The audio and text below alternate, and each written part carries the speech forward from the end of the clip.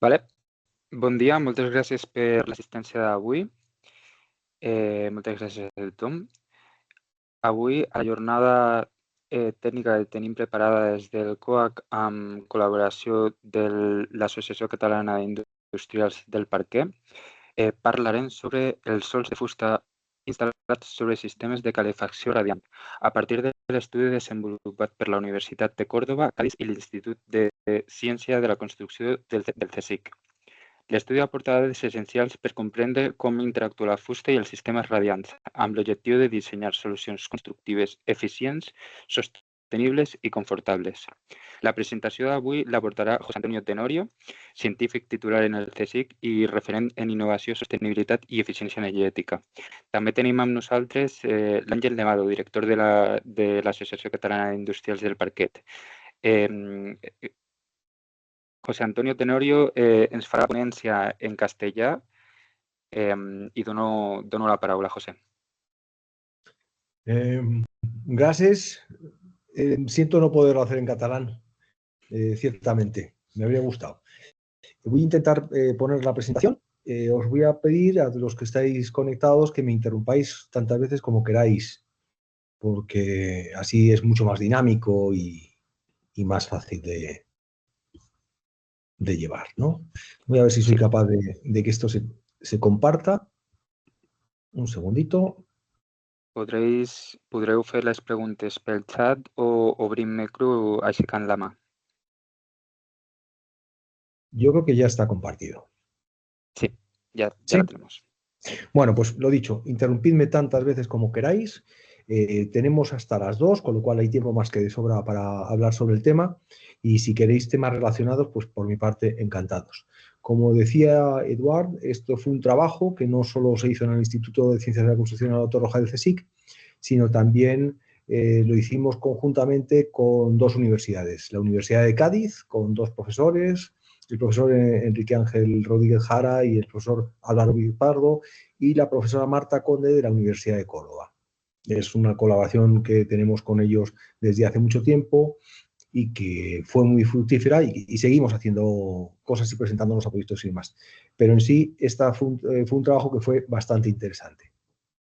El índice de lo que yo voy a comentar se divide como de alguna forma en tres partes. La primera, contar unos antecedentes y cuestiones generales de lo que son los suelos radiantes, para que todos hablemos el mismo idioma. Algunos de ellos serán muy básicos, pero yo creo que es bueno refrescar los contenidos. Después, centrar la presentación en lo que se me pidió, que fue este estudio que realizamos conjuntamente los tres centros de investigación. Y la última parte, pues hablar de los temas pendientes y de los nuevos retos. Como veis en la presentación, hay una dirección web, es porque hace tiempo hicimos una jornada sobre este tema y la colgamos también en YouTube, con lo cual, si alguien quiere profundizar o ver algún otro aspecto que se me pueda haber pasado a mí, pues puede acudir a esta jornada. Espacios abiertos. ¿Cómo interaccionamos con el medio ambiente? Somos máquinas térmicas los humanos. Como máquinas térmicas generamos calor, entre 60 y 100 vatios. El calor lo recibimos de la radiación directa del sol, de la radiación que es reflejada o difusa. Aproximadamente un 55% del intercambio en espacios abiertos lo tenemos en ese sentido. Y la convección, es decir, la transmisión del aire hacia nosotros, también es una forma de ganar térmicamente, ¿no? ¿Cómo alcanzamos el bienestar térmico? Pues con una relación, estáis viendo, perdón, no estaba cambiando las diapositivas. Vamos a volver a intentarlo. Ahí. Ahora sí. Decía que en espacios abiertos ese es el intercambio que se produce entre nosotros y el espacio exterior. ¿Y cómo alcanzamos el bienestar térmico? Pues cuando lo que ganamos y lo que perdemos está equilibrado. Es más, que tenemos que perder un poquito más que ganar, porque si no, nuestra temperatura aumenta. Cuando nuestra temperatura aumenta, se producen los fenómenos de regulación natural del calor que tenemos los humanos. Es decir, empezamos a sudar, empezamos a respirar, empezamos a intercambiar más calor, ¿no? Pero la sensación es de no bienestar térmico. Es decir, los humanos, aproximadamente la mitad de nuestro intercambio térmico, como objetos calientes que somos, se produce por radiación, una parte por exhalación y evapotranspiración y otra parte por convección a través de la piel. Si estamos en estos términos, más o menos podemos pensar que estamos en un bienestar térmico. Esto no es así en todos los animales, ¿no? Los perros, por ejemplo, no sudan, con lo cual, por eso exhalan tan fuertemente cuando tienen calor, ¿no? Bueno, pues eso en los humanos, sin embargo, es de esta manera. Hay un concepto que la gente no tiene en cuenta, que es el de la temperatura operativa. No estamos confortables solo por la temperatura en la que estamos. Cuando estamos en una habitación y las paredes y el suelo están muy fríos, tenemos frío aunque el termostato esté muy alto. Aunque estemos a 27, 28 grados, si el ambiente que nos rodea es muy frío, o si estás, por ejemplo, sentado al lado de una cristalera y hace mucho frío fuera, tienes frío, las sensaciones de frío. ¿Por qué? Porque la sensación térmica depende de una temperatura que es distinta, que es la temperatura operativa. La temperatura operativa es una media entre la temperatura del local y la temperatura seca del aire. Ahí está la fórmula que más o menos rige este fenómeno y que nos lleva al confort o disconfort. Los valores de los coeficientes de radiación y de convección más o menos son los establecidos en 4,7 y 2,0. Y llegamos a las condiciones de confort, esto depende también de muchos factores y cuando se hace un proyecto se tienen en cuenta, desde el tipo de ropa que tienes hasta la actividad metabólica y un montón de factores más. Pero simplificándolo, las condiciones de confort en verano se alcanzan entre los 23 y los 25. El Instituto Nacional de Salud e Higiene del Trabajo lo fija entre 23 y 27, ¿no? Y en invierno entre 21 y 23. El Instituto Nacional lo fija entre 17 y 24. Más o menos en esas temperaturas, si la humedad relativa es razonable, es decir, alrededor del 50%, la sensación térmica que tenemos es de confort. ¿Estamos en disconfort con 20 grados? Depende. ¿Depende de qué? De la temperatura operativa, es decir, de la temperatura radiante de lo que yo tenga a mi alrededor.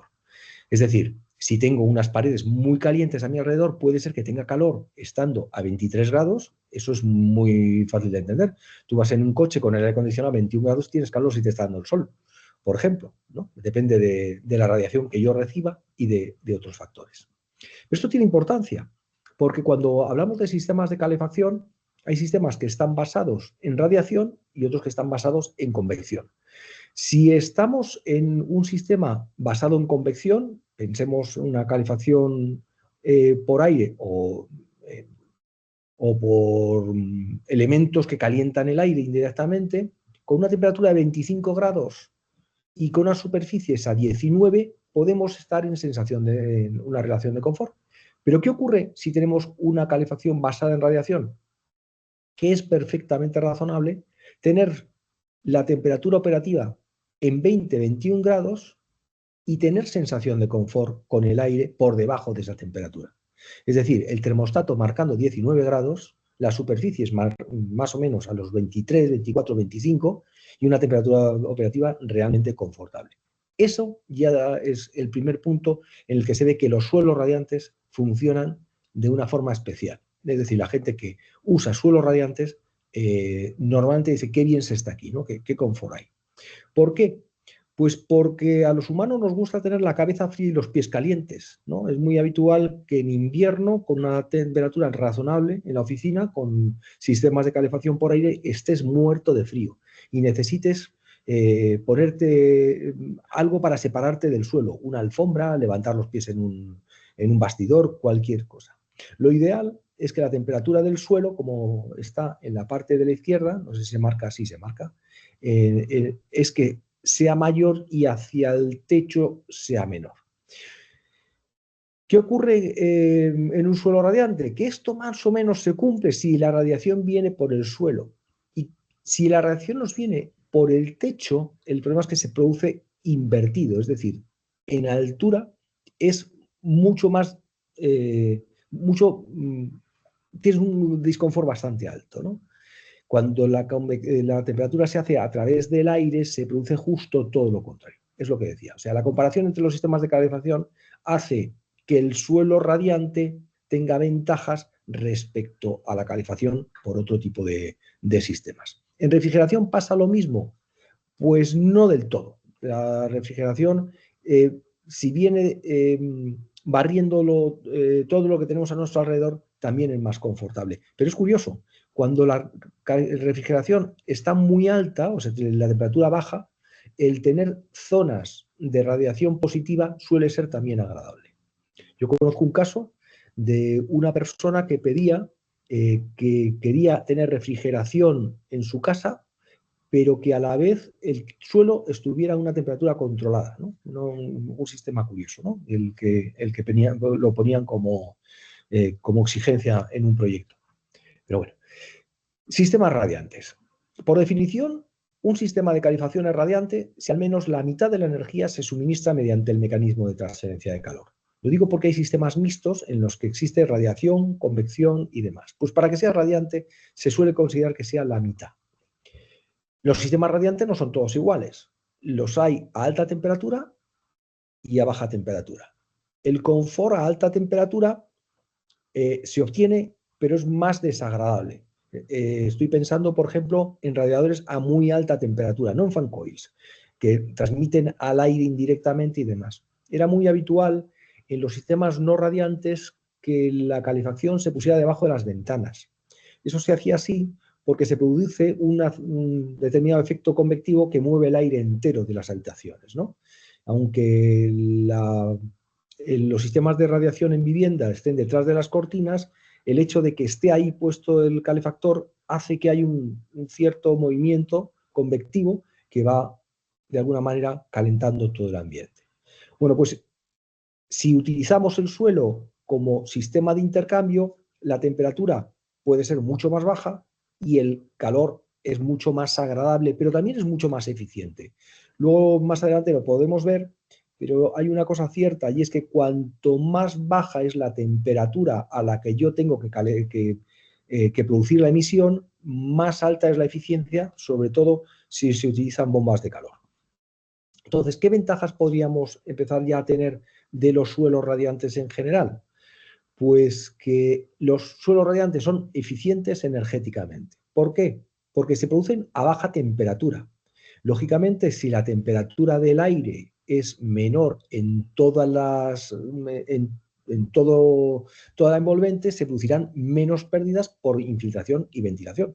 Si tengo el aire de la habitación a 24 grados y se me escapa ese aire por la ventilación, no tengo un sistema de doble flujo, estoy tirando más energía que si los tengo a 20. Es evidente. Es mejor el suelo radiante porque necesito menos temperatura de la fuente de calor y los sistemas generalmente son de más eficiencias. Se reducen, por tanto, pérdidas por la envuelta y pérdidas en el propio sistema. Y además es integrable, como ya decía, con sistemas basados en fuentes de calor y en energías renovables, tanto solar térmica como lo que es más habitual, las bombas de calor, ya sean aire-aire, con los sistemas normales, o geotérmicas, o de cualquier forma, ¿no? Y en el caso de utilizar calderas, puedes ir a calderas de condensación. También se puede ir con sistemas de radiadores a media temperatura, pero es más eficiente cuanto más baja sea la temperatura de emisión. Y luego, porque si tenemos inercia térmica, luego veremos cómo funciona, el factor de utilización es alto. Digamos que mantienes más tiempo estable la temperatura, ¿no? Hacia el usuario tienen otras ventajas. Una es que no se reduce el espacio habitable, es decir, no tengo radiadores que me molesten arquitectónicamente pues para colocar muebles o no colocarlo, ¿no? Y luego es silencioso y en sí confortable. Silencioso si las velocidades a las que se produce el flujo de agua hace que no se escuchen, ¿no? Con lo cual es muy agradable. Entonces, ¿por qué no se utilizan tanto los suelos radiantes? Cada vez se utilizan más.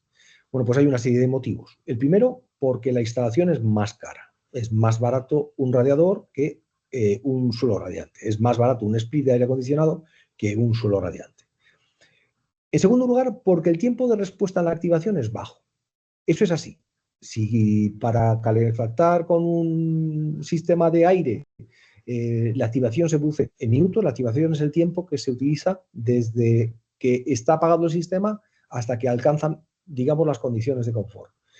Pues en instalaciones de aire, pues es muy rápido. En instalaciones de calefacción normal mediante radiadores es medio, y en el caso de suelos radiantes es bastante alto. Digamos que pueden ser varias horas, incluso hasta 10 horas podría ser incluso normal, ¿no? Y en caso de averías, que son bastante raras, los costes de reparación son muy altos porque está embebido en el propio sistema del suelo. Luego, la compatibilidad con refrigeración, digamos, es a veces dudosa. Los suelos refrescantes. Bien es verdad que los suelos refrescantes son muy agradables. Lo que pasa es que en cuanto a su eficiencia, hay veces que no funcionan igual de bien que los sistemas por split de aire. Son menos, digamos, la potencia es distinta. Y luego se dice que hay algunas incompatibilidades con algunos suelos, como por ejemplo los de madera. ¿Es esto cierto? Y es de lo que vamos a hablar hoy sobre todo. ¿Es compatible la madera con los suelos radiantes? Bueno, pues esa es la pregunta que nos queríamos hacer, y nos hicimos este grupo de investigación para que de alguna forma, con evidencias científicas, pudiéramos demostrar si sí o si no. Y luego queríamos mirar otro asunto que viene en la norma 1264-2, que establece una consideración que es la siguiente: que la resistencia térmica de las capas de terminación sea superior a 0,15 kilovatios hora metro cuadrado, Kelvin partido por vatio. Me he equivocado, lo estaba diciendo al revés con las unidades.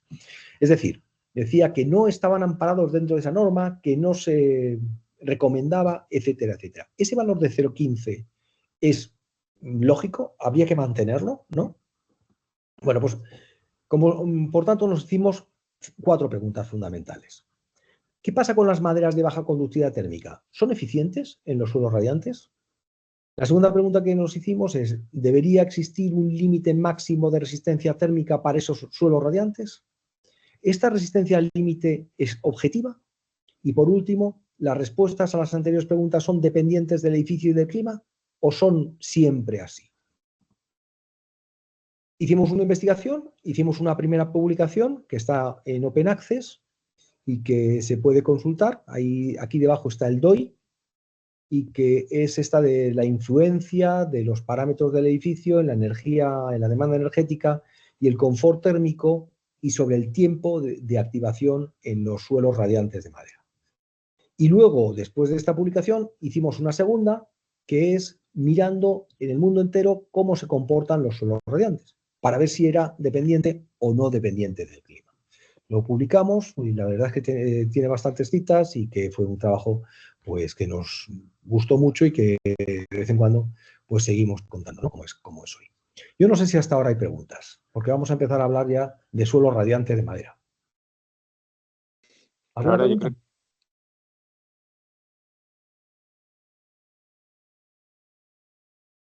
Si hay preguntas podéis ponerlas en el chat y Eduardo las transmite, y si no, Sí, pues continuamos.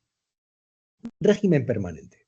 Los regímenes transitorios se pueden estudiar porque el funcionamiento normal de los suelos no es en régimen permanente. El régimen permanente es cuando se alcanza una situación de equilibrio, ¿no? El régimen transitorio es hasta que se alcanza esa situación de equilibrio. El régimen permanente, digamos, siempre se achaca a que la madera funciona peor que otros suelos.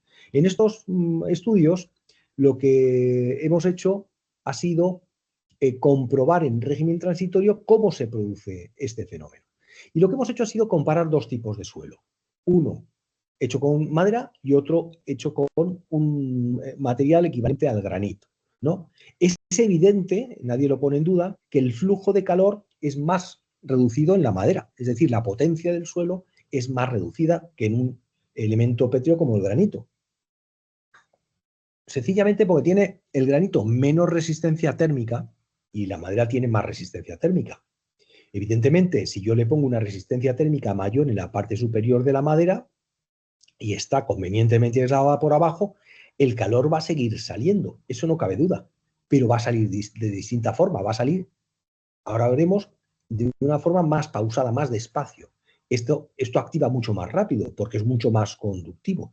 Lo que no quiere decir que sea más confortable.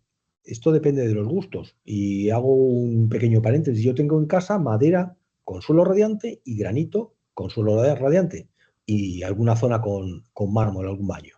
Cuando está encendido, la sensación en las zonas pétreas es agradable siempre y cuando el suelo no esté muy fuerte. Cuando hace mucho frío y el suelo está más tiempo puesto y más fuerte, la sensación del suelo calentito es muy agradable cuando estoy descalzo.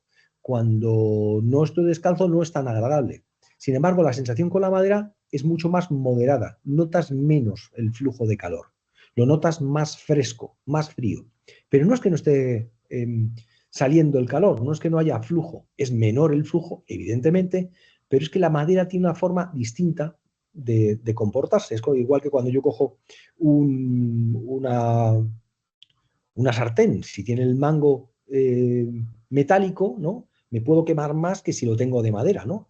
Eso es por la fusividad. Luego veremos el concepto de efusividad, de difusividad y efusividad. Bueno, lo que hicimos fue a igual temperatura del agua, en estado estable, se observa esto, y lo que hicimos fue programarlo para hacer esa comparación. A ver, en el estado transitorio, cuando no es estable, la excitación es lo que yo consigo cuando doy un impulso térmico.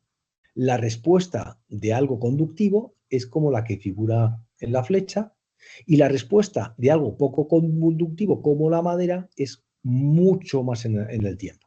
Eso depende de un parámetro que es un parámetro mezcla de varios que le llaman difusividad térmica, que es la relación entre la conductividad partido por la capacidad del calor específico, la capacidad térmica y la densidad. Es decir, como la madera es un material de baja difusividad, el tiempo de respuesta es muy lento, porque la conductividad de la madera es más baja, el calor específico es alto, los materiales, la capacidad térmica que tiene la madera es muy alto, ¿no? La gente piensa que no, para calentar madera necesita mucha energía. Y la densidad es baja. Pero al final la mezcla de los tres da una difusividad térmica. Entonces, este tema de que la respuesta sea más lenta puede ser beneficioso o no, pero lo que es claro es que se va a producir un retraso entre la excitación y la respuesta. Veremos cómo se comporta después en los edificios. Lo que hemos hecho ha sido un trabajo mediante simulación. La simulación térmica está totalmente aceptada porque los modelos de simulación llevan años funcionando y su respuesta es perfectamente válida, ¿no? Tanto simplificados como detallados, como de tipo 3, etcétera, están más que estudiados. Lo que quisimos en el modelo es hacer un modelo que fuera rápido, porque íbamos a hacer muchos cálculos, ¿no?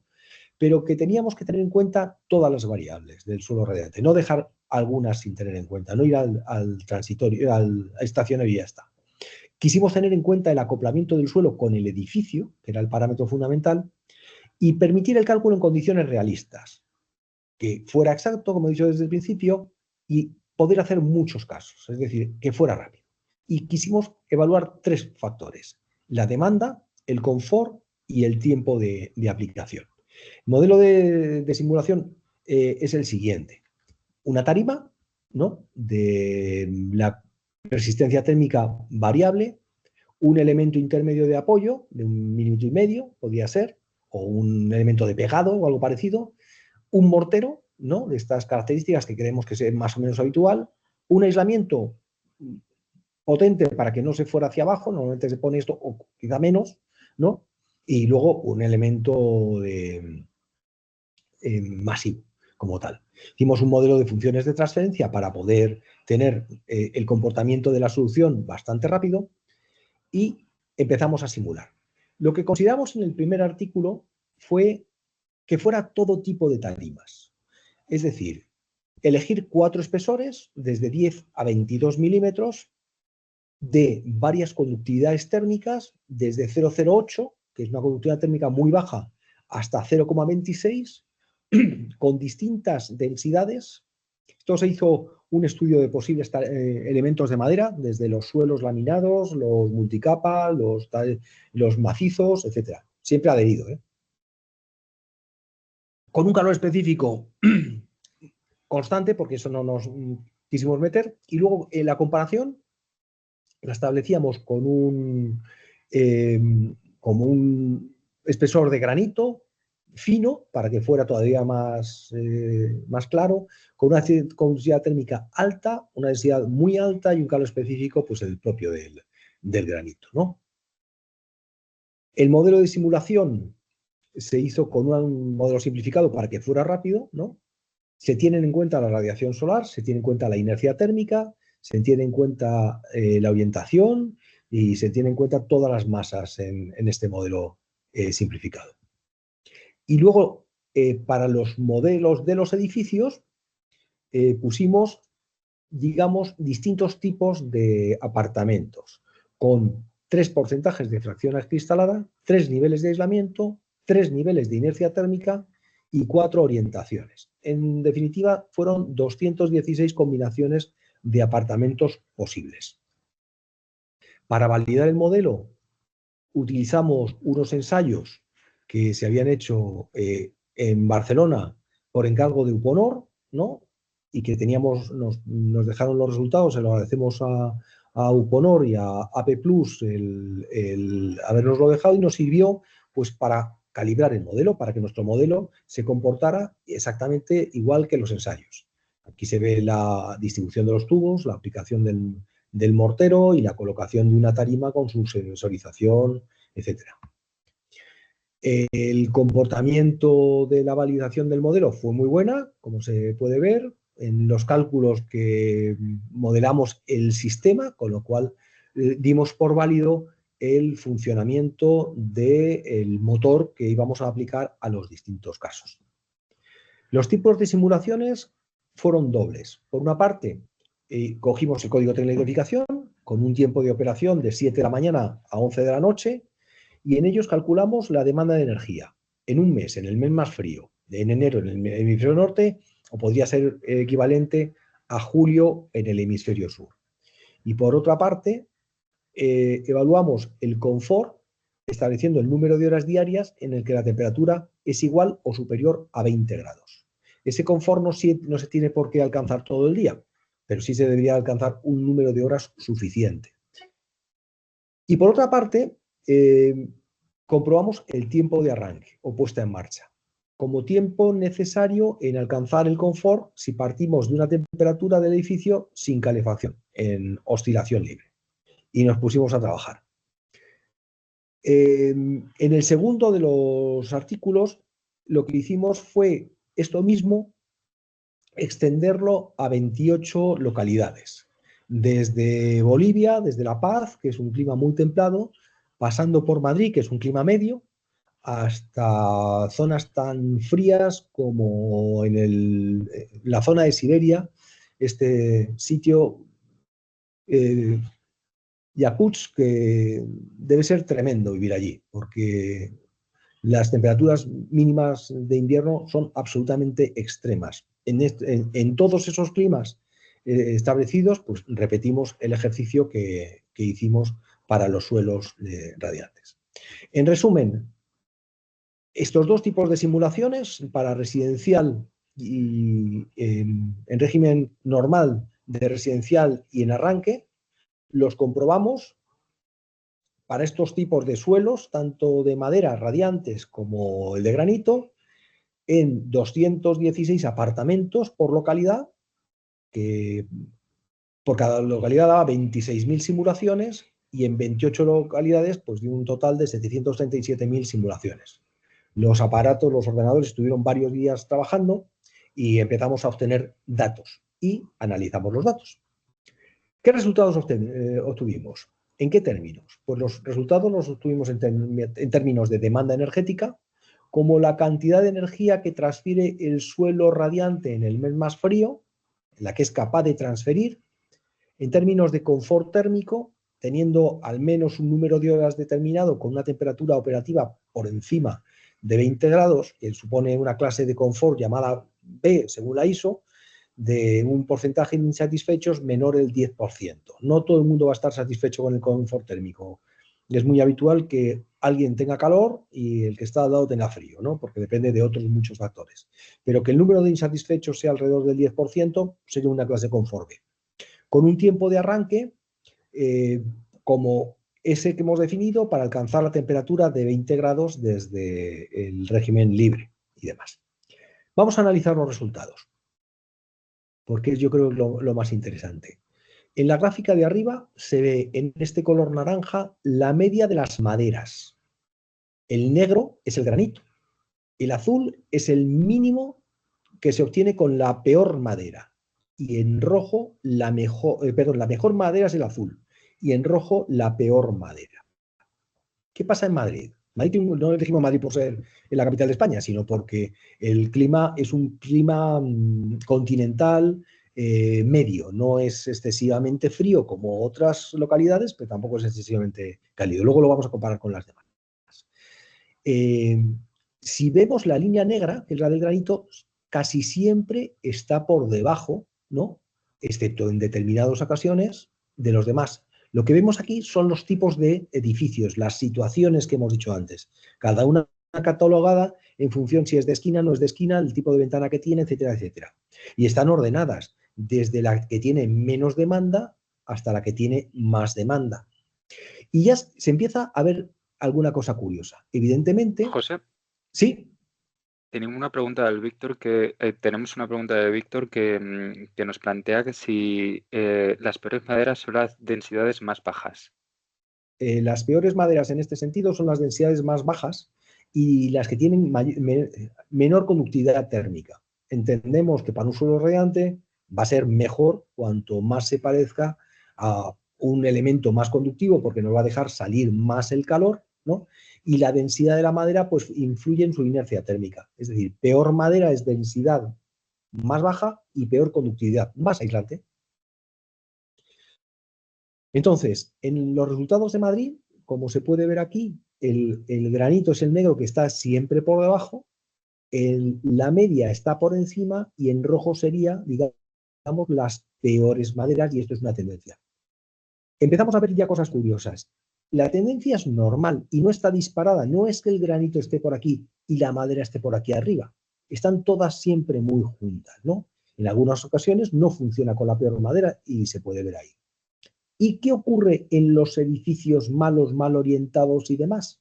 Bueno, pues que, perdón, en este caso se produce que con madera estoy por debajo.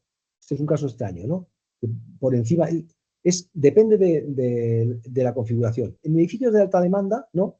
Puede ser que funcione mejor la madera o funcione mejor el granito. Pero lo normal, lo que decía es este comportamiento medio, ¿no? Ahora veremos en porcentajes qué es lo que ocurre. ¿Qué pasa con las horas de confort? Pues algo parecido. Que el número de horas de confort, que es los puntitos negros, es más o menos una tendencia, pero cuidado, con mejores maderas estamos viendo que hay veces que están por encima. Bueno, pues que este es el efecto que tienen los suelos de madera, que como la respuesta es más lenta, mantienen mejor la temperatura, son más estables, con lo cual a la hora de calcular el confort puede resultar beneficioso unos frente a otros, ¿no? Aquí en la madera y la mejor o la peor madera, en este sentido, puede ser que dé más confort o menos confort y vaya en contra de lo que podríamos pensar que es razonable, ¿no? Una madera con una conductividad térmica más baja puede resultar más confortable en algunas situaciones que una madera con conductividad térmica más alta o con densidad más alta, ¿no? Se producen ese tipo de fenómenos. ¿Qué pasa con los tiempos de activación? Pues que suelen ser muy altos, o sea, muy bajos en granito. La media de las maderas está por encima y con maderas con mejores y peores, pues está como muy por encima. Y esto también es lógico. En el caso de buenas maderas está muy parecido casi siempre, porque son bastante conductivas, al caso de un material pétreo. Pero los tiempos de activación con otro tipo de maderas se me puede escapar. Pero si nos fijamos en los en las situaciones de la izquierda, que son los mejores edificios, no estamos muy lejos, ¿no? Estamos en un entorno razonable. Aquí se dispara en algunos casos, ¿no? Pero en este lado estamos como muy cerca, ¿no? Entonces, si queremos sacar conclusiones, ¿no? Tenemos un 25% de los casos en los que la demanda de madera, con algún tipo de madera, mejora en demanda energética al granito. ¿Por qué? Porque la forma de activar la madera es distinta. Y luego, analizando los resultados, vemos también que la diferencia de horas de confort entre madera y granito, en el 50% de los casos, es inferior a 1 hora. Es decir, un usuario no tiene por qué prácticamente notar diferencia, ¿no?, entre una cosa y la otra. Y en el tiempo de activación, observamos que en el 75% de los casos el tiempo de activación para todos estos edificios es menos de 3 horas, ¿no? Estamos pensando en un tipo de activación de casi 10, desde situación de hace frío fuera a le doy al suelo radiante, a aquello está en régimen, ¿no? Suelo radiante no vale para la casa de verano en un sitio frío, porque cuando quiero estar en situación de confort me tengo que ir, ¿no? Para eso hace falta sistemas poco inerciales. Esto es para edificios que empieza la temporada y ellos ya le voy dando calor y son muy eficientes, pero son muy estables, ¿no? Si analizamos más en concreto los resultados de Madrid, nos empezamos a dar cuenta de varios fenómenos que yo creo que es interesante que se puedan ver. A ver, estos son apartamentos interiores y estos son apartamentos en esquina. Esto es cómo funciona apartamentos en función de su capacidad térmica, que está dividido entre media, la baja, media y alta. Son apartamentos muy poco inerciales, medios en cuanto a inercia y con alta inercia. Es decir, una casita hecha con mucho aislamiento y con materiales como madera, una casita hecha con materiales más normales, pero con algo de aislamiento por el interior, y edificios más tradicionales con mucha inercia térmica.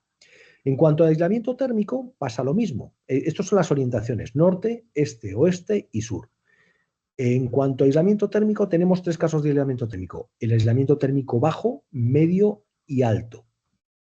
En cuanto a porcentaje de cristales, tenemos 3 porcentajes: bajo, medio y alto, según las orientaciones, ¿no? Y aquí estamos analizando la demanda energética. Bueno, lo primero que vemos, aquí se ve que la línea de puntitos es el granito y la línea de madera es la línea sólida.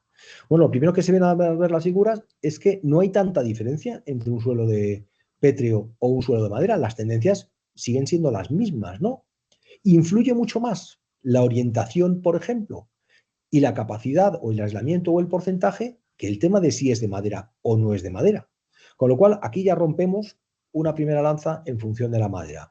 Señor, si usted quiere tener poca demanda energética, lo primero que tiene que hacer es tener una alta capacidad térmica y orientarse al sur, ¿no? Eso sería lo primero. Además, aísle térmicamente, ¿no? Y además tenga una proporción de vidrio razonable en función de lo que tiene. Si está orientado al sur, ponga mucho vidrio, porque va a ganar térmicamente. En verano tendrá que poner sombreamiento, pero esa sería la forma más baja. Además, se ve una cosa muy clara. Cualquiera de los que analice, si por ejemplo analizo un edificio, uno que esté en el interior, si yo oriento hacia el sur con cualquier tipo de suelo radiante, tengo 6 de demanda kilovatio hora metro cuadrado año. ¿Y qué pasa si me voy al norte? Tengo 14. Es decir, estoy casi en 3 veces más, ¿no? Las diferencias son notables, mucho más que si tengo madera o no tengo madera. Bueno, pues, ¿cómo funciona la capacidad térmica con la madera? En apartamentos de esquina con doble orientación prácticamente no hay diferencia entre suelos radiantes normales o de madera.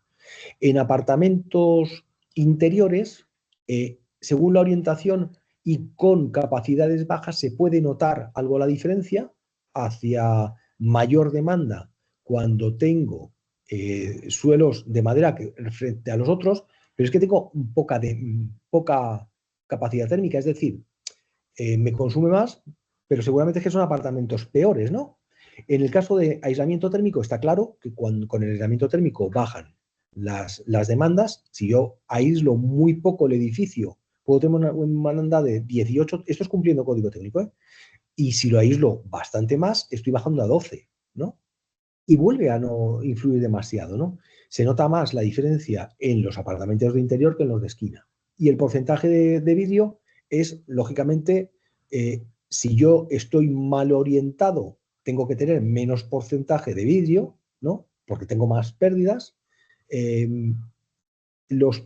estas variables se pusieron con respecto a código técnico, el que está en vigor hasta hace poco, o sea, ahora se van a endurecer, pero que son altos valores de aislamiento, ¿no? Tanto de porcentaje y demás, de vídeo, en el vídeo.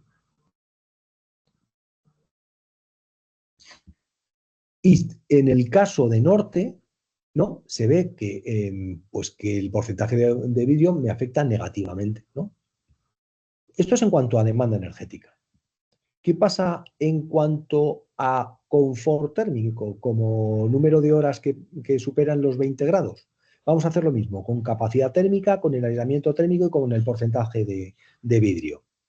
Si yo tengo capacidad térmica en el edificio, tengo más confort que si tengo menos. Esto es algo claramente porque, digamos, las curvas son como mucho más planas, ¿no? Obtengo más confort térmico con aislamiento que sin aislamiento, ¿no? No tiene por qué ser exactamente los mismos casos, ¿eh? Aquí están hechos con porcentajes, ¿no? Pero volvemos a ver lo mismo, que se notan más las diferencias entre suelo radiante de madera o granito, pero las tendencias son las mismas. Influye muchísimo más la capacidad térmica, el aislamiento térmico o el porcentaje de cristal en el confort térmico que si el suelo es de madera o no es de madera. Y esto ya es una conclusión en todos. Es decir, si alguien dice el suelo no me va a funcionar, no, lo que no le funciona es que el apartamento es muy malo o que es muy bueno, ¿no? Si le va a funcionar bien. Por ejemplo, en edificios en esquina con orientaciones noreste o suroeste, voy y con porcentajes de vidrio altos, me baja el confort térmico. Es normal, tengo más pérdidas, ¿no? Es normal que eso me afecte. Sería mejor tener menos porcentaje de vidrio y aumentaría mucho más. Bueno,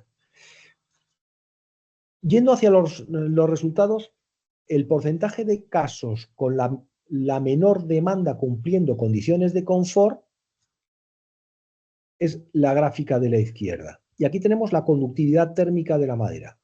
Con conductividades muy bajas estamos viendo, a ver, esto es menor demanda cumpliendo condiciones de confort. Hay un porcentaje alto de casos que con maderas de poca conductividad térmica cumplo condiciones de confort perfectamente, ¿no? Con condiciones, con maderas de más conductividad es mayor, pero es que lo cumplo perfectamente con estas maderas, ¿no? En Madrid, no en un sitio muy frío o muy cálido, ¿no?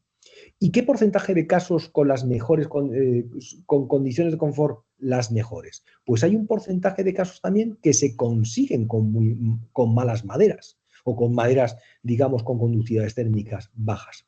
Esto ya nos da otra conclusión interesante y es que tanto la demanda como el confort no son propios de una forma de construir. Ya empezamos a ver que dependen del edificio, de cómo está orientado, de cómo está aislado, de cómo, incluso de cómo está operado, aunque aquí no se haya tenido en cuenta. ¿Qué pasa con los tiempos de arranque? Si este es el granito, ¿no? Que tiene una conductividad térmica establecida, el tiempo de arranque, con un retraso de 15 minutos, que no es nada, se consigue en estos casos son exactamente iguales, ¿no? En todas estas situaciones, es el mismo tiempo. Y en los demás que aumenta, cuando yo voy bajando la conductividad térmica, el retraso se produce, en este caso, pues son 15 minutos, que no es nada, ¿no? Si en 10 horas son 15 minutos más, 15 minutos menos, no es nada. Y en el caso de media hora de tiempo de arranque son en casi todos los casos en Madrid. Es decir, podríamos decir que su suelo radiante va a funcionar igual de lento que el granito en un porcentaje altísimo de casos, casi en todos, porque la diferencia va a ser media hora que no va a ningún sitio, ¿no? Estamos hablando de tiempos de arranque, pues eso, de 8 o 9 horas. Eso no quiere decir de si tengo el suelo radiante funcionando, esta mañana no se me ha encendido porque no hacía falta y vuelve a arrancar. El suelo radiante mantiene una inercia térmica muy, muy alta. Todo el que ha vivido con suelo radiante lo sabe. Y si ha vivido con suelo radiante de madera, también. El tiempo de arranque es prácticamente el mismo. O sea, el termostato va a tardar lo mismo en subir o bajar si el suelo es de granito o el suelo es de madera. Y esta gráfica de Madrid es muy, muy interesante, porque es la influencia de la resistencia térmica del revestimiento en la demanda y el confort. Es decir, con resistencias térmicas del suelo, ¿no? Estas son las de granito, el puntito azul, el naranja o el gris. El puntito azul es los edificios con peores demandas, con demandas más altas. El naranja son los medios, ¿no? Y los grises son los más bajos edificios, los mejores edificios, de todos los que hemos hecho, que eran muchos edificios, muchas situaciones, ¿no? Bueno, pues el granito, digamos, está aquí su demanda en 15. Y estas son las de madera. Hay un montón de maderas, ¿no? Que en el caso de edificios de alta demanda, digamos, son muy parecidas. Y un montón de ellas que no van a tener condiciones de confort. Pero es que el problema de esto es el edificio, no la madera, porque el edificio consume mucha energía, ¿no? Claro, el suelo radiante de madera no es capaz de darlo. A lo mejor el de granito sí, gastando mucha energía. En el caso en el que el edificio sea razonablemente bueno, tenemos condiciones de confort siempre y tenemos el consumo energético prácticamente igual, la demanda es igual, se satisface. Y en el caso de edificios buenos es siempre, ¿no? Y sea cual sea la resistencia térmica del suelo radiante. Aquí tenemos otra conclusión importante, y es que aunque haya que estudiar qué madera sería más apropiada para qué situación, si el edificio es bueno, da lo mismo. Puede poner usted la madera que quiera, que va a funcionar bien siempre. Si el edificio es malo, no, porque se va a quedar sin potencia. Pero si el edificio es bueno, va a funcionar siempre. ¿Qué pasa con el número de horas medio con temperatura por encima de 20 grados? ¿No? Volvemos a decir lo mismo. Si el edificio es bueno, ¿no? Que es este de aquí, número de horas con los edificios con la demanda más baja. Si el edificio es bueno y tiene poca demanda energética, va a estar en condiciones de confort 24 horas al día. Si el edificio es medio, seguramente tiene menos condiciones de confort. Y si el edificio es malo, no tiene condiciones de confort en muchos casos, porque no llega, porque el suelo radiante no es capaz. Pero vuelve a ser lo mismo. El problema no es del suelo radiante, el problema es del edificio como tal. Pero se ve que hay muy poca diferencia entre poner un suelo pétreo y un suelo de madera. Esto es una forma, como decía al principio, de sacar conclusiones de un sistema, aunque sea de simulación, pues para ver si es verdad que la madera es buena o mala como elemento de suelo radiante. Y esta gráfica también es interesante, tomando como límite absoluto 72 horas de arranque, que es una auténtica barbaridad, ¿no? En los peores edificios sería de ese orden, ¿no? Y en los mejores edificios, digamos, estas 72 horas se producirán en función de que aquí sí que tenemos el tema de la resistencia. Pero ese valor de 0,15 está justificado, digamos, lo estamos poniendo aquí, ¿no? Entonces, habría que limitar esa resistencia térmica, hacerlo por debajo de algún valor, o sea, ese 0,15 está justificado. Pues la respuesta es que no, porque ese valor es variable, no es un valor fijo, depende, volvemos a decir, del tipo de edificio, que sería mejor uno u otro. Eso luego lo veremos en otros climas, ¿no? Pero bueno, aquí se ve claramente que en función de la resistencia, pues el tiempo de arranque va a ir variando, ¿no? Estas son las horas que tardan en llegar. El granito, evidentemente, siempre es ganador, ¿no? Pero las demás, pues va va a modificar. En el caso de algunos tipos de edificios, digamos que es que no se alcanzan las condiciones de confort casi nunca, ¿no? Perdón, no sé, desde cero el tiempo de arranque es excesivamente alto, ¿no? Y en el caso este, pues es prácticamente lo mismo con unas maderas que con otras, ¿no? Hasta el peor de los suelos estaría en 20 horas del arranque. Y en este caso, de este valor que son 8 horas hasta este que son 10, pues serían 2 horas, ¿no? Con resistencias técnicas muy, muy altas, ni una madera de balsa. ¿Qué pasó en otros climas? Pues que hicimos pues 28, la elección de 28 ciudades que están, digamos, no están elegidas porque nos gustaran más o menos, sino por clasificar los climas según capen de unos a otros, ¿no? Pero están ciudades muy emblemáticas como Nueva York, Londres, Berlín, Tokio, etcétera, etcétera. ¿Cómo son los resultados que obtuvimos en los suelos? Aquí, en estas gráficas, vemos la demanda media con la madera en color naranja, en azul la demanda con cerámica, perdón, el azul es el cerámico, el naranja es el madera y esto es pues como un esquema de bigotes, la máxima con peores maderas y la mínima con mejores maderas. Aquí está puesto La Paz como el más suave y en Siberia, Cayuts como el menos suave, por decirlo de alguna manera, ¿no? Y miramos la demanda de esos edificios. Aquí los edificios, digamos, no son los mismos, ¿eh? Los edificios de más frío están más aislados y los edificios de en lugares menos fríos están menos aislados, porque si no, no sería comparable. Si aíslo un edificio en Yakutsk igual que uno de La Paz, pues saldría infinitamente más alto. Bueno, si lo aíslo como en Siberia, el de La Paz daría resultados rarísimos y si lo hago al revés, pues saldría una barra imposible. Veamos, se ha buscado un valor reglamentario que es razonable, ¿no? En cuanto a aislamientos.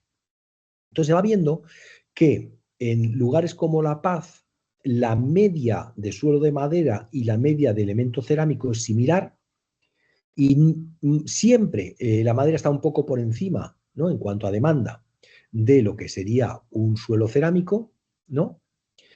Si me voy haciendo hacia zonas más frías, hay alguno en los que la madera está un poquito por debajo de los elementos cerámicos, porque lo hemos visto antes en Madrid y en algún otro sitio. Cuanto a horas de confort, pasa lo mismo, y es que nosotros podemos tener con maderas situaciones de peor confort, pero también las podemos tener de más confort. Y esto ya es muy llamativo, porque esta gráfica quiere decir que en el mundo entero, excepto en lugares muy fríos, ¿no? Como alguna zona como Moscú o como Ottawa y demás, con madera puedo conseguir mejores condiciones de confort eligiendo bien la madera que con suelos de cerámica. Y eso es muy interesante, ¿no? Porque si se elige bien la madera para cada situación, puedo tener mejores condiciones que en otro tipo de resultados. ¿Qué quiere decir? Que en general, si yo tengo una madera suficientemente buena, que en cuanto a espesor y conductividad térmica, puedo tener mejores condiciones. Y ahora veremos por qué, porque es muy claro. El tiempo de arranque, evidentemente, siempre va a ser más bajo en algo que es conductivo porque tiene más potencia. Eso no es innegable. Igual que va a funcionar mejor en frío, porque tiene más potencia. Aunque la sensación en frío es más desagradable cuando se tiene mucha conductividad térmica. La madera siempre da mejores sensaciones de confort, ¿no? Pero el tiempo de arranque podemos conseguir con buenas maderas tiempos de arranque muy parecidos en todos los climas, incluso en los extremos, ¿no? Si lo hago mal, pues es imposible. En sistemas de arranque de 60 horas, pues creo que no son varios. De todas las localidades, Aquí he traído 5 de ellas que lo analizamos con más detalle, ¿no? Y fueron La Paz, en Nueva York, Madrid, me parece que, no sé si Berlín o creo que era Berlín. No, Moscú, perdón, me he equivocado. Y 27 era el extremo como tal. Y vamos a, la segunda la hemos visto antes, pero la primera vamos a ir analizándolo.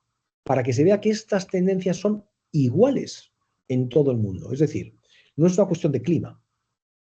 Se pueden tomar las mismas consideraciones tanto para distintos climas como para distintos tipos de edificio. En cuanto a demanda, la tendencia siempre suele ser que tenemos el granito por debajo, pero los otros tipos de suelos están muy parejos.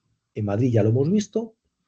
En Nueva York se comporta igual de un lado a otro, es muy estable el clima, ¿no? Depende menos de los tipos de edificios y cómo son considerados los apartamentos. En Moscú es también muy estable en casi todos, excepto en unos pocos, en los que, digamos, se producen, en cuanto a demanda, situaciones extrañas que pueden venir dadas de la configuración de los propios edificios, y en Yakutsk se empiezan a despegar las líneas porque en cuanto a demanda es baja, pero porque no da condiciones de confort. En cuanto a confort, estas son las 14 horas que marcábamos al principio. En La Paz volvemos a ver que los elementos cerámicos están muy parejos, ¿no? Y entremezclados en los de madera. Es decir, en un clima medio la madera va a funcionar maravillosamente bien, un clima más o menos benigno, como pasaba en Madrid, que funciona maravillosamente bien la madera, siempre y cuando se haga adecuadamente. A ver, el mínimo y el máximo están ahí, ¿no? Y la media se va viendo, ¿no? Cómo recorre eh, justo entre el mínimo y el máximo, pero los puntitos negros están aleatoriamente como distribuidos. En Nueva York pasa lo mismo, hay algunos que están muy por debajo y otros muy por encima en cuanto a los resultados de confort. O sea que hay que tener, cuanto más extremos el clima, más influye el elegir bien la madera. Sería, digamos, la respuesta. En sitios fríos pasa lo mismo. Hay veces que el número de horas de confort puede ser muy bajo porque el suelo no llega o estar bien, estar por encima con madera. Y en sitios como el Cayuts no se podía utilizar, ¿no? Casi nunca, excepto con algunos tipos de madera porque no se consigue. Pero es que tampoco se consigue con el suelo radiante de granito. Los suelos radiantes en climas tan sumamente fríos no dan condiciones de confort suficientes porque no dan suficiente potencia. Necesitas directamente radiación muy fuerte, pero es que son climas muy extremos. En cuanto a las condiciones de puesta en marcha, cerámicas. La cerámica en climas benignos es muy estable y también es muy estable en casi todas las situaciones de distintos tipos de edificios, ¿no? ¿Cómo se comporta? Madrid ya lo hemos visto antes. En Nueva York pasa lo mismo, que si no se elige bien, pues hay resultados que me dan tiempos de puesta en marcha muy altos. Claro, si yo pongo una madera muy poco densa en un apartamento malo de Nueva York, allá en enero hace un frío horrible, con lo cual me puedo ir a 60 horas de puesta de arranque. Pero sí que es curioso, y es lo que quiero que se vea como conclusión, es que en Nueva York puedo encontrar una madera que se comporte también como un granito. Y los valores que hemos puesto de sus conductividades y sus espesores son maderas normales de mercado, no son ninguna complicadas de alcanzar, ¿no? En resultados de puesta en marcha, en sitios extremos como Moscú, me vuelve a pasar lo mismo, que yo puedo encontrar, excepto en algunos casos, de malas situaciones o mal orientados o con una orientación complicada que no tiene ningún tipo de insolación y demás, los edificios, ¿no? Me pueden pasar este tipo de situaciones y en algunos casos, pues directamente que no se consigue.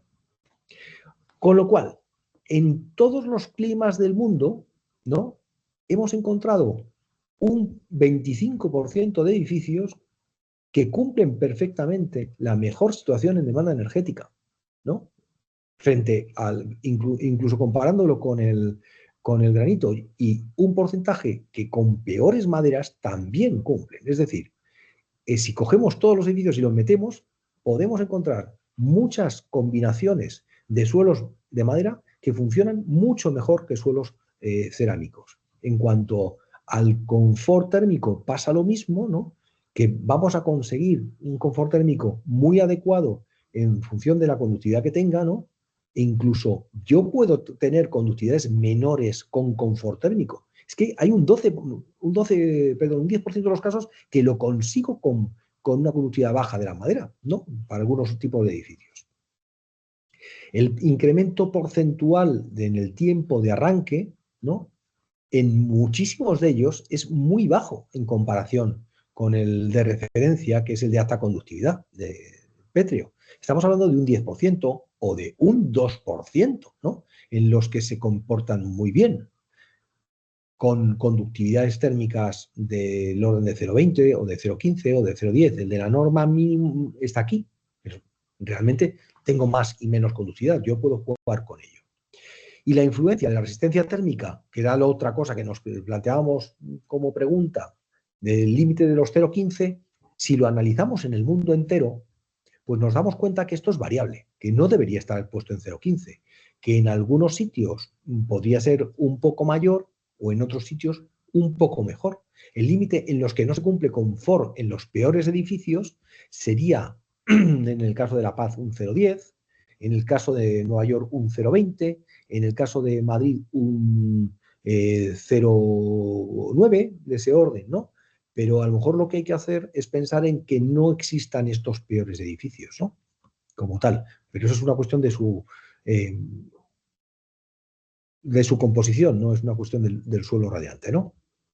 La influencia en el tiempo de arranque pasa lo mismo. Si nos fijamos en ese parámetro, pues sí estaría más cuenta del 0,15. Es decir, ese valor de 0,15 es un poco anacrónico ya y como tal normativo, no es obligatorio, pero tampoco es una referencia. Esta gráfica es muy parecida a la que hemos puesto antes, una de las muchas, ¿no? De la resistencia térmica, del porcentaje de edificios para cada clima en los que se encuentra confort. Claro, si ponemos aquí al granito como tal, si tengo el 100% en granito, prácticamente con las maderas me va a pasar lo mismo en determinadas situaciones de la conductividad térmica, puede que se me escape, ¿no? En el caso de que no tenga confort, o se me va bajando el confort en el caso del cerámico, va a pasar lo mismo en las demás. O sea que no es una cuestión de la resistencia térmica. No voy a alcanzarlo, porque es que el problema es que no es adecuado no solo el suelo radiante de madera, no es adecuado el suelo radiante o no es adecuado el edificio, no está funcionando bien. Y ya por conclusiones, he ido muy rápido respecto al tiempo que tenía, pero es que tampoco ha habido interrupción ninguna, con lo cual ahora si queréis abrimos un debate largo. Es evidente que cuanto más alta es la conductividad térmica, existe una mejor transferencia de calor. Eso no lo habíamos dado desde el principio. Es una cuestión de potencia. Si yo quiero tener una transmisión rápida, tengo que tener conductividad térmica. Es cierto que el factor de utilización y las condiciones operacionales son fundamentales en los suelos radiantes, ¿no? La resistencia térmica, sin embargo, no es en sí misma una característica decisiva en la elección del suelo radiante. Se debería revisar ese valor de 0,15, ya que hay una dependencia mucho más fuerte con el clima y el edificio. Y lo que sacamos como conclusión de este estudio es que los suelos radiantes de madera pueden ser mejores en prestaciones a los suelos cerámicos. Y ahora he pedido aquí una consideración que hemos hecho muchas veces y es hablar de la efusividad térmica. La madera tiene una ventaja especial respecto al cualquier suelo pétreo y es el confort debido al contacto. Es igual que si yo tengo una alfombra. Cuando yo piso sobre una alfombra o piso sobre la cerámica que pueda haber debajo. La sensación térmica es distinta porque mi transmisión hacia ese elemento es distinto. Y eso depende de un parámetro que le llamamos efusividad térmica, que está relacionado igualmente con la conductividad, con la densidad y con el calor específico, pero de distinta manera. Todo multiplicándose en forma de la raíz cuadrada. La temperatura media vuelve a ser una mezcla, ¿no?, entre la temperatura de una parte y la otra parte, y según una publicación que hemos traído como referencia, una superficie de madera de pino te puede producir la misma sensación que una superficie de roble con muy poca diferencia, pero una superficie con una baldosa cerámica de 3 o 4 grados más, o de ese orden, de 3 grados más.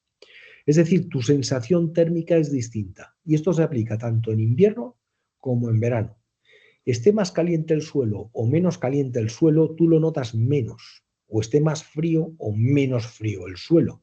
Con lo cual, la sensación de confort real con respecto a los suelos radiantes con baja efusividad es muy buena. Porque de alguna manera te transmiten el calor sin que te des cuenta. Porque tu cuerpo no calienta ni enfría esos elementos fácilmente. O sea, la sensación de confort real es mayor, ¿no? Es como mucho más estable, mucho más natural, que es la palabra que tenemos que decir. ¿Qué temas tenemos pendientes? Y yo creo que se deberían abordar desde las distintas asociaciones o desde otros muchos estudios, es el estudio de la madera como un acumulador regenerativo. Esto quiere decir que lo que la gente no se da cuenta es que la madera también acumula calor, porque su conductividad térmica es baja, pero su calor específico es alto. Es decir, es como una batería. Yo caliento la madera cuando puedo, ¿no? Cuando tengo energía renovable, cuando mis placas solares fotovoltaicas están dando energía en un día soleado. Normalmente cuando los días son soleados me hace falta menos calefacción, pero puedo tener acumulación o puedo tener producción en momentos en los que la energía es más barata, pero el suelo de madera es un acumulador regenerativo. Es decir, yo puedo almacenar energía térmica en el edificio. Tenemos que abordar el estudio de la refrigeración y los esquemas de operación. Cuando tienes suelo radiante refrescante, los suelos radiantes en madera también funcionan, y lo digo con conocimiento de causa porque tengo uno, pero las temperaturas de impulsión tienes que tener determinado cuidado para que no se produzcan condensaciones. En climas como el de Madrid, que es donde lo tengo yo, no hay problema porque nuestro punto de rocío es muy bajo, con lo cual puedes poner el suelo a la temperatura que quieras, que no va a condensar, ¿no? Y la sensación sigue siendo de confort. Lo curioso de la refrigeración mediante suelos radiantes es que es muy estable, es muy agradable. Yo no sé si cuando hace mucho calor, no. Cuando hace mucho calor, en mi caso, no llegas a dar la potencia que te gustaría tener, ¿no? Pero no estás a 35 grados, estás a 29, que para una vivienda creo que es más que suficiente, ¿no? En condiciones de mucho calor. Pero hay que tener cuidado con las condensaciones, con el punto de rocío. Hay que estudiar óptimos, ¿no? de establecer tablas, establecer guías para el correcto dimensionado de los suelos radiantes. Hay que estudiar bien el acoplamiento con sistemas convencionales y renovables. Es evidente que es mucho más eficaz un suelo radiante de madera que un suelo radiante cualquiera con renovables, ¿no? Pero hay que probarlo. Hay que trabajar los temas de distribución de puntos calientes y fríos que se pueden producir. Y luego hay una serie de fenómenos en la madera que hay que tener cuidado con ellos, que están de acuerdo con la estabilidad de madera, porque al final la madera es algo vivo, que si no se estudia convenientemente, pues se mueve y se pueden abrir, se pueden salir juntas, y el pegado y todo ese tipo de cuestiones técnicas de cómo se disponen los suelos de madera, pues pueden dar, en algunos casos, si es demasiado fina, igual se pueden alargar un poco o pueden separarse haciendo pues, elementos de dilatación y demás que se deben estudiar. Y como tal, a ustedes, a vosotros os doy las gracias por la atención, y me acuerdo especialmente de mis compañeros Marta, Enrique y Álvaro, pues que hicieron este trabajo interesante conmigo. Y si queréis abrimos un turno de preguntas, Eduardo, y de debate, y hablamos de todo lo que queráis. Yo he procurado pues estar, pues eso, hora y 10 o así, hora y cuarto hablando, ¿no? Podría haber ido más lento, pero yo creo que así ha sido menos pesado. Preguntas y Vale, comentarios. perfecto. Muchas gracias, José.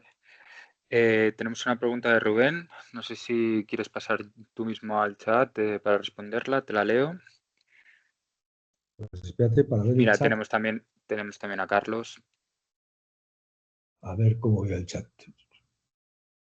Pues me vas a tener que ver porque no veo el chat. No hay ningún problema. ¿Qué opinas de los sistemas de suelos radiantes para suelos de madera sin capa de mortero, con difusores metálicos que separan la madera? Pues realmente no lo hemos estudiado, pero si lo que tienes debajo de la madera es altamente conductivo, pues y está en contacto una cosa con la otra, va a funcionar mejor que el suelo normal. Me explico. A ver, en contacto con la madera tú puedes tener la madera pegada con un pegamento y debajo un suelo de mortero, puedes tener un suelo de anhidrita o puedes tener un sinfín de soluciones de este estilo. Si está garantizado por el fabricante y lo pone como válido y es un material conductivo, pues puede funcionar muy bien. Lo importante es que no haya una capa de aire. O sea, en una tarima normal flotante, una tarima con clavos y demás, pues puede funcionar muy mal. De hecho, no se hace nunca, ¿no? Pero porque el suelo, los tubos tienen que calentar el aire y el aire tiene que calentar la madera y eso sería mucho menos eficaz. Sobre todo a ver, al final Carlos sale, pero los tipos de activación pueden ser altísimos, ¿no? Entonces, ¿qué opino de esos tipos de suelos? Si lo garantiza el fabricante ha hecho sus ensayos y funciona, pues deben funcionar fantásticamente bien, porque los elementos metálicos tienen una conductividad muy alta, más alta que el mortero, aunque tenga aditivos, o incluso más alta que una anhidrita. Muy bien, Carlos nos plantea, al inicio de la charla has mencionado suelos de madera adheridos. Sin embargo, en muchos casos los laminados no son adheridos y van con láminas separadas. ¿Cambiaría el comportamiento? Eh, Vuelvo a decir lo mismo del fabricante. Si ha hecho los ensayos y funciona, funciona. Depende de la lámina que tenga. Al final lo importante es que esté en contacto una cosa con la otra. A ver, las cosas que pesan a ver, debajo de los suelos no hay aire. Si no está adherido con un pegamento, pero está en contacto y el contacto es un contacto con una tela lo suficientemente fina, aunque sea un poquito aislante, ¿no? Como para que no suponga una resistencia térmica excesiva, no creo que haya problema. Además,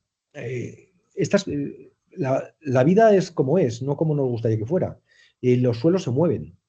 Entonces, en función del entablillado que tenga o de si tengo un laminado y demás, si yo intento que no se mueva, se me van a, puedo tener problemas en el propio suelo. Eso depende del tipo de madera que estoy utilizando. Es más, saber de madera que de suelo radiante, ¿no? Este tipo de pregunta. ¿Cómo se va a comportar mejor el suelo?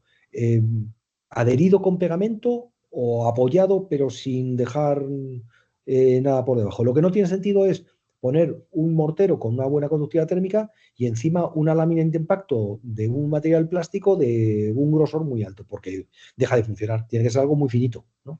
Pero yo creo que nadie le pone eh, elementos de separación muy, muy grandes. Yo el que he probado ha estado adherido. No, me gustaría hacer ensayos del otro, pero no he tenido ocasión de hacerlos y, y particularmente el suelo que tengo en casa es adherido. No sé, a ver, me imagino que sí se va a comportar bien apoyado siempre y cuando lo que tenga entre el suelo y la separación no tenga una resistencia térmica excesivamente alta. Pero se va a comportar mal por el tiempo de activación, ¿eh? Porque al final el calor sale, si está bien aislado, por abajo.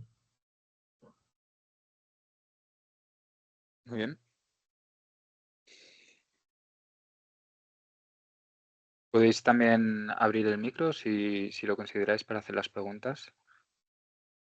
Yo tengo una pregunta también, José, más relacionada a si habría algún tipo de problema cuando tienes algunas tuberías que aumentan la temperatura. Yo creo que problemas puedes tener en algún caso. A ver, cuando tú tienes un suelo radiante, tienes un armario distribuidor. En el entorno del armario distribuidor hay una concentración de tubos muy alta.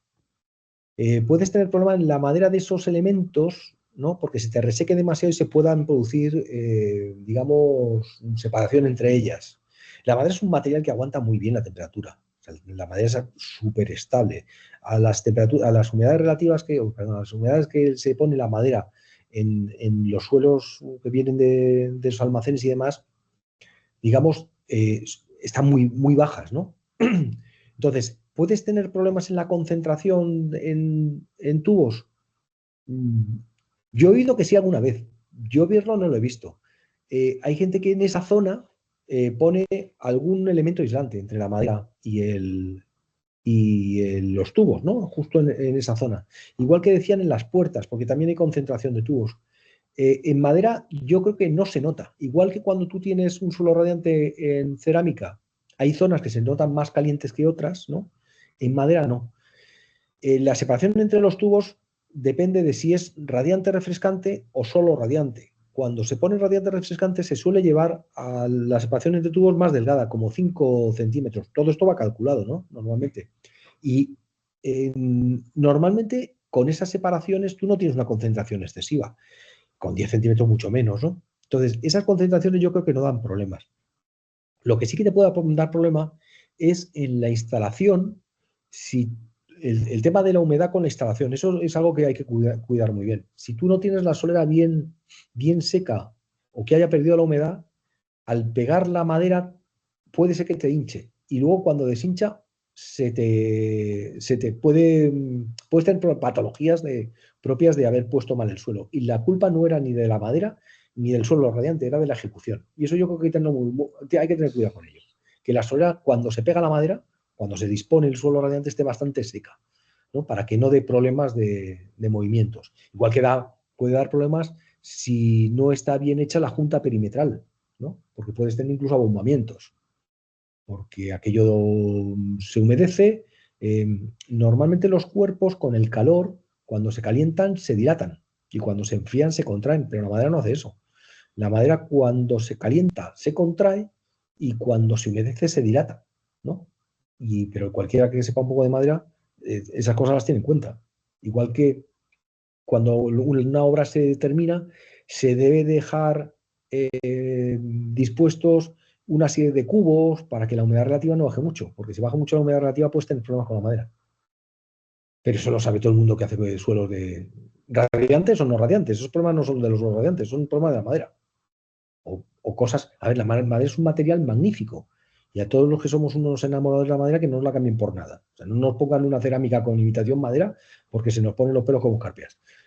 Pero la madera hay que cuidarla porque es un material noble, ¿no? No se puede, pues, como la piel o como, no sé, o las telas, no se pueden tratar de cualquier manera, hay que tratarlas con un cariño.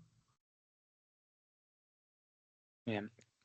Carles nos pregunta que en muchos casos, en lo que respecta a nuestra experiencia profesional, los instaladores colocan y proponen sistemas de suelo radiante con capas de aislamiento bastante finas, unos 2 centímetros aproximadamente.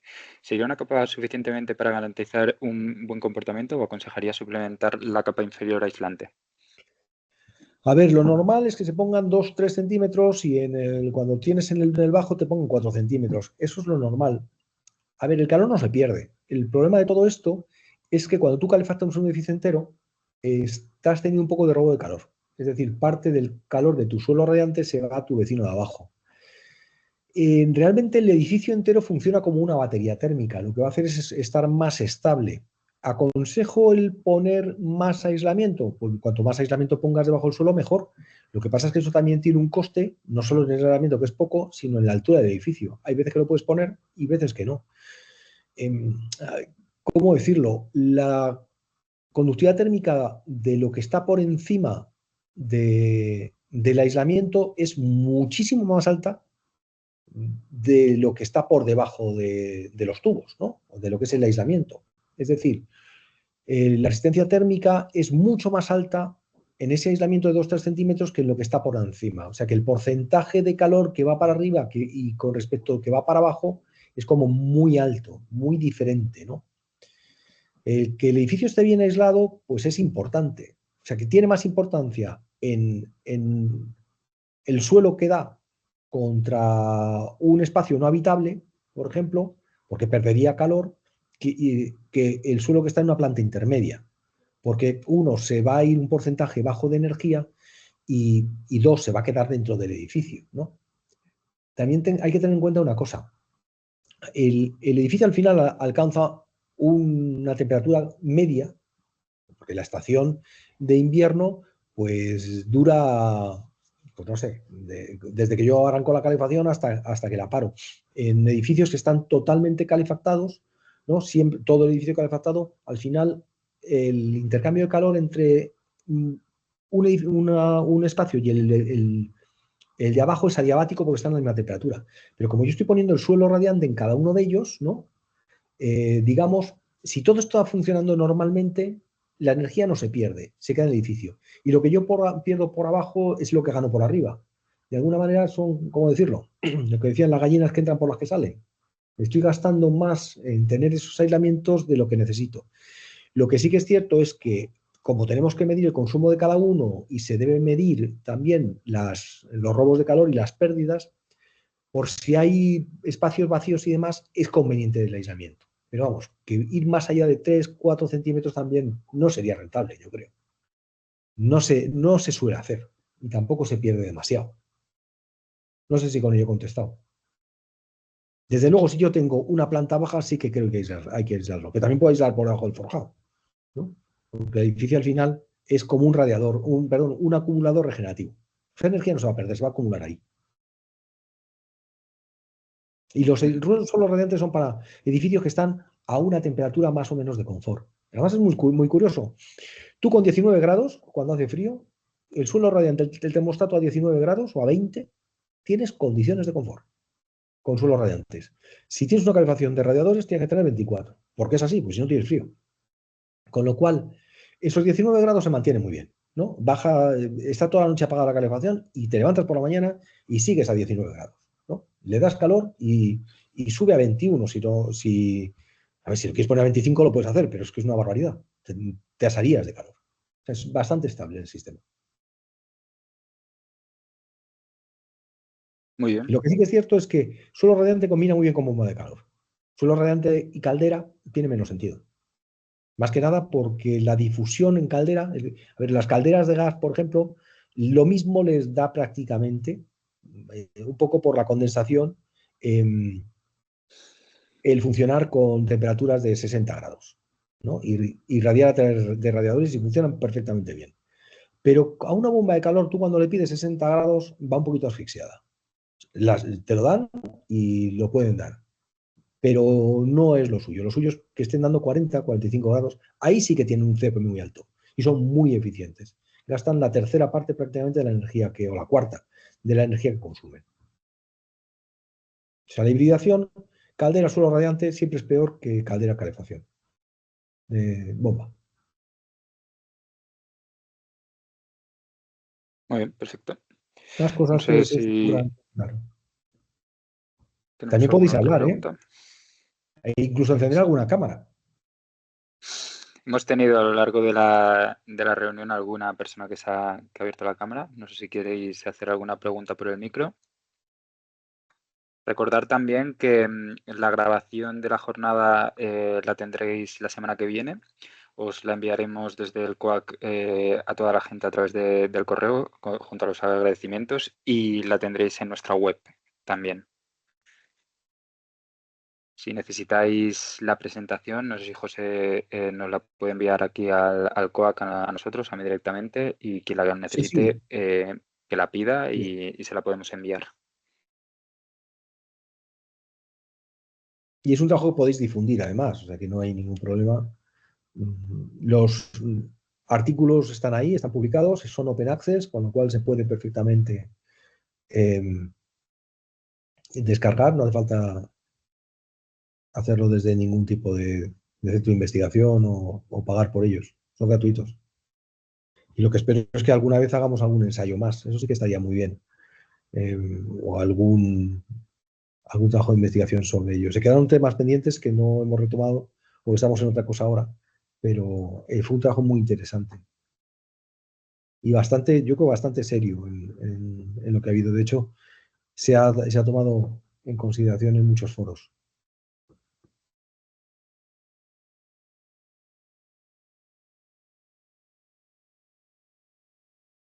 No se os ocurren más preguntas si no nos hacemos alguna nosotros mismos.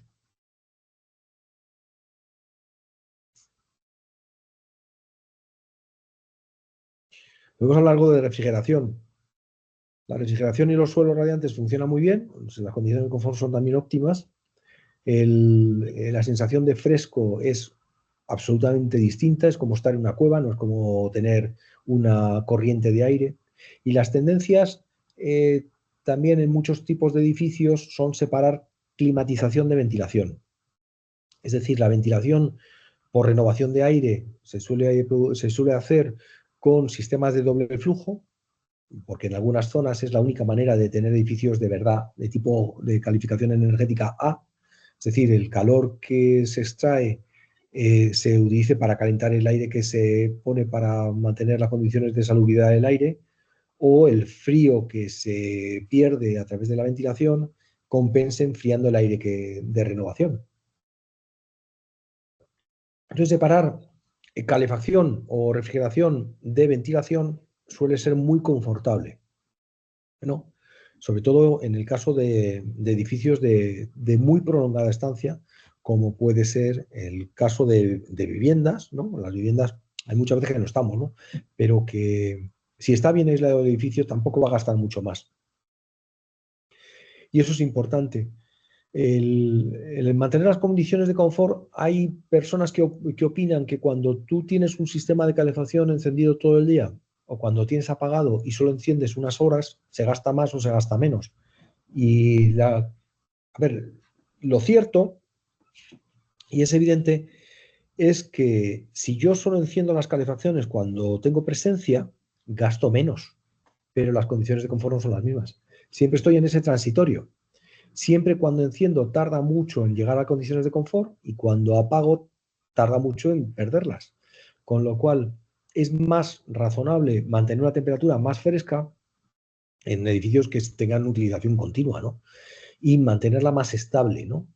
En cuestión de suelos radiantes, yo diría que es razonable que cuando yo no estoy, ponga el termostato en 18 grados y cuando estoy un ratito antes, si lo puedo programar, puedo subirlo a 20. Conseguiría algo de ahorro. Pero si lo mantengo en 19, tampoco pasaría nada. Pero día y noche, o sea, no pasaría nada, ¿no? En sistemas centralizados, yo creo que también es muy interesante hacer pausas nocturnas, entre otras cosas, para que las máquinas no estén trabajando por la noche. Al final es una bomba de calor. Cuanto mayor sea la temperatura exterior, mejor COP me dan.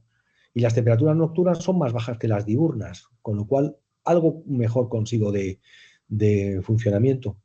Ten en cuenta que las máquinas, las bombas de calor actuales, funcionan muy bien hasta en climas muy extremos. Estamos pensando en evaporar por debajo de 0 grados o de 10 grados bajo cero. Cualquiera que ha calefactado su casa a través de un sistema aire-aire sabe que los aires acondicionados son muy incómodos cuando trabajan como bombas de calor.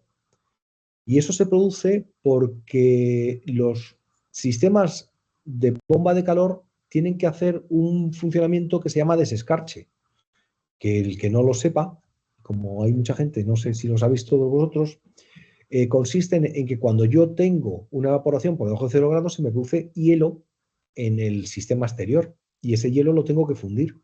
Y el aparato no tiene más eh, remedio que invertir el ciclo, dar calor fuera y fundirlo. Claro, eso cuando lo hace dentro, ¿no? Pues a mí no me está dando calor, me está dando aire y me está dando a veces aire un poco frío y eso es muy incómodo. Sin embargo, cuando yo estoy trabajando con suelos radiantes, es que da un poco igual, porque aunque le quitara un poco de calor al suelo radiante, es muy poco en comparación con el que me ha proporcionado. Con lo cual, ese fenómeno no lo notas. Y es muy agradable el que no lo notes, porque lo otro es muy desagradable. Las corrientes frías son muy desagradables, ¿no? Igual que en calor funcionan muy bien los sistemas de refrigeración por aire, perdón, en el movimiento, no en calor. En condiciones de calor, cuando me están refrigerando, en condiciones de calefacción, pues no funcionan tan bien, a no ser que sean centralizados, muy grandes, de oficinas, etcétera, etcétera. Pero así los split son algo más incómodos dando calefacción que, a no ser que sean en climas muy benignos, ¿no? En relación a lo que comentas, José, Eliana nos hace una pregunta. ¿Se podría decir que un sistema de fan coil para refrigeración y suelo radiante como para calefacción en viviendas es una de las mejores combinaciones de climatización? El fan coil, sí, es una condición, un funcionamiento muy bueno, pero eso no es un suelo radiante, ¿eh? Un fan coil es como un radiador a baja temperatura, porque es un convectivo radiante. Es decir, yo puedo tener calefacción o refrigeración mediante el fan coil, calefacción, en vez de estar moviendo el agua del fan coil como un radiador a 60 grados o a 65, incluso más, si hace condiciones muy extremas, lo puedo estar moviendo a 50 grados o incluso por debajo y me está calentando el aire. Pero no deja de ser para mí un sistema de aire, ¿eh? No es un sistema radiante. Con lo Corrige, cual, ¿es un sistema bueno? Eliana, Sí, pero no es igual de confortable. corrige Eliana, HydroKit, no fan coil. Un hidrokit. No entiendo exactamente un hidrokit qué es. Una bomba de calor con agua. Lo que le llaman aerotermia.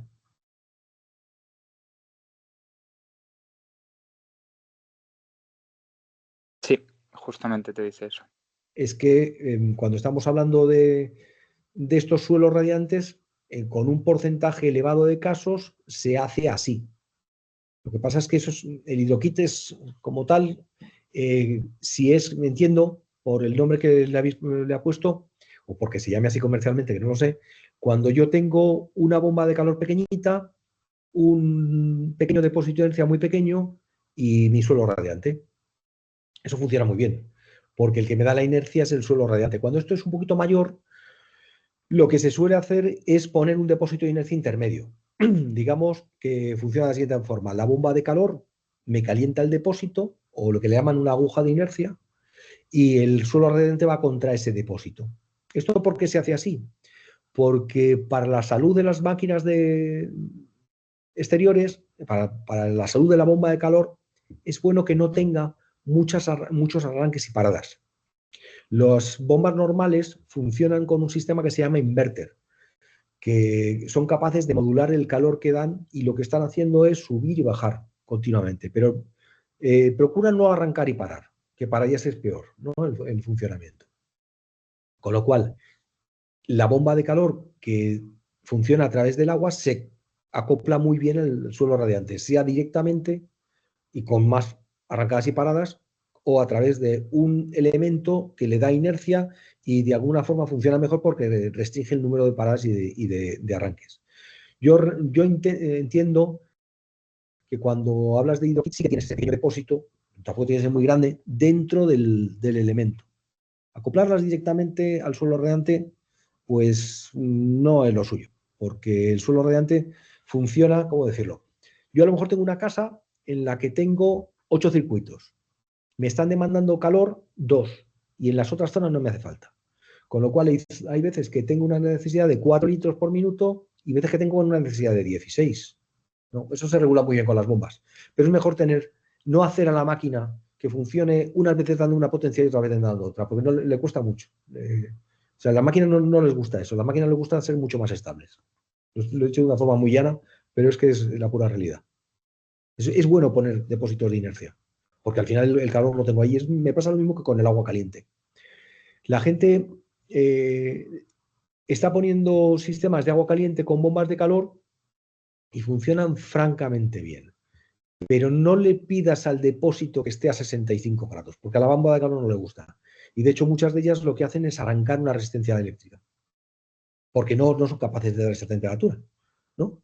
Y entonces el final lo suplen con una resistencia eléctrica por efecto Joule y tiene un COP muy bajo. Sin embargo, pedirle 55 grados lo hacen perfectamente y es una temperatura más que suficiente. A lo mejor tienes un ciclo de legionela que tenga que cumplir, pero lo normal es que tú con esas temperaturas operes sin ningún tipo de problema. Está fuera del alcance de lo que es un suelo radiante, pero por comentarlo. Vale. Olga nos pregunta, traduzco, ¿es aconsejable en un suelo refrigerante en nuestro clima, como es Barcelona, en una ciudad de costa que haya mucho bochorno? ¿Por qué no? Si el edificio está bien aislado y está bien orientado, no hay ningún problema. Lo que pasa es que la humedad relativa en Barcelona no es la misma que en Castilla. Castilla hay mucho menos. Hay que tener cuidado con las temperaturas de impulsión. A ver, con un suelo refrescante no es lógico pedirle estar a 17 grados, pero es que tampoco con un sistema de aire. Si tú le vas a pedir una temperatura de 25-26, incluso 25-26, no hace falta más, puede funcionar maravillosamente bien, con una sensación fantástica. Lo que pasa es que no puedes impulsar a 12 grados o a 10, porque es que te empezaría el suelo a mojarse, se condensaría. Tienes que ir a una temperatura, como el suelo tienes muchísima superficie, no hay ningún problema, ¿no? Yo creo que los sistemas radiantes funcionan muy bien para tener lo que le llaman confort adaptativo. Es decir, pasas un poquito de calor. No estás como fuera, pero tampoco. Lo que pasa es que en Barcelona hace un clima tan maravilloso que lo vas a utilizar bien poco, ¿eh? Bueno, esos días de calor que siempre hace. Sí. José María nos pregunta si sería razonable no recomendar este sistema en una vivienda del Pirineo con una ocupación no regular. ¿Qué sistema recomendarías? Evidentemente no es recomendable, porque si la ocupación no es regular, yo voy a la casa del Pirineo, que me encanta el Pirineo, ¿y qué ocurre? Que a no ser que sea una casa que se está alquilando y se ocupe siempre, como bien ha dicho, un sistema pues, no regular, el problema es que cuando llego hace mucho frío, lo enciendo, no calienta, y cuando han pasado 12 o 14 horas, sí calienta y se está maravillosamente bien. Pero toda la energía que he empleado en calentar el edificio se va a quedar allí cuando yo me vaya. Y va a tardar en irse, pero no lo voy a disfrutar ni yo ni nadie, con lo cual no tiene sentido. ¿Qué recomiendo en esos casos? Pues podría recomendar una bomba de calor aire, que en cuestión de 10 minutos tengo calor. No será igual de cómoda ni de eficiente, pero en 10 minutos tengo calor. O también puede ser cualquier tipo de sistema radiante, por ejemplo, una chimenea o una estufa de leña. Eso es maravilloso, ¿no? Una estufa de leña a radiadores de agua. Pues funcionaría maravillosamente bien. La leña le da igual impulsar a 80 o 90 grados, ¿no? Pues lo único que noto que es el radiador que te quemas. No se hace a esa temperatura nunca. O sea, o sistemas de aire y luego que el edificio del Pirineo esté bien aislado y con poca inercia, si es posible. Es decir, que tenga mucho aislamiento y también un poco de aislamiento por dentro. Eso puede tener problemas de condensaciones, pero si tengo mucha inercia, el problema es que no voy a estar caliente nunca, ¿no? Lo que sí que es compatible es tener madera, ¿eh? Madera no hay ningún problema, pero no le pongas suelo radiante debajo. O tener una hibridación. A lo mejor lo que puedo tener es muy bien aislado el suelo de madera radiante, el primer apretón, cogerlo con bomba de calor, y el segundo, pues ya tener el suelo radiante funcionando. O dimensionar el suelo radiante para que tenga muy poca inercia. Pero entonces no sé si sería eh, aconsejable el. Vamos, es que si te vas a ir a 6 o 8 horas de activación. Yo creo que no. Yo creo que es mejor otro sistema desde el principio, como lo que he dicho antes. Pero sin embargo, si tuviera una residencia de ancianos en el Pirineo, no cabe duda que pondría suelo radiante.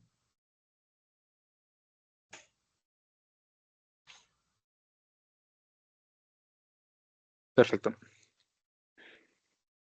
Muy bien. No sé si tenemos otra pregunta.